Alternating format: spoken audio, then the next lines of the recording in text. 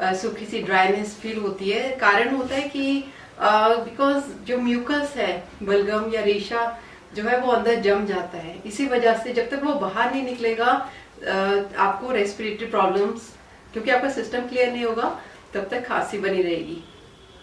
उसके लिए मैं सजेस्ट करती हूँ आप दूध में देसी घी का आधा चम्मच या 5 से 10 बूंदे बादाम रोगन की रात को सोने से पहले आप ये वाला दूध लीजिए और ये आपको हेल्प करेगा डेफिनेटली।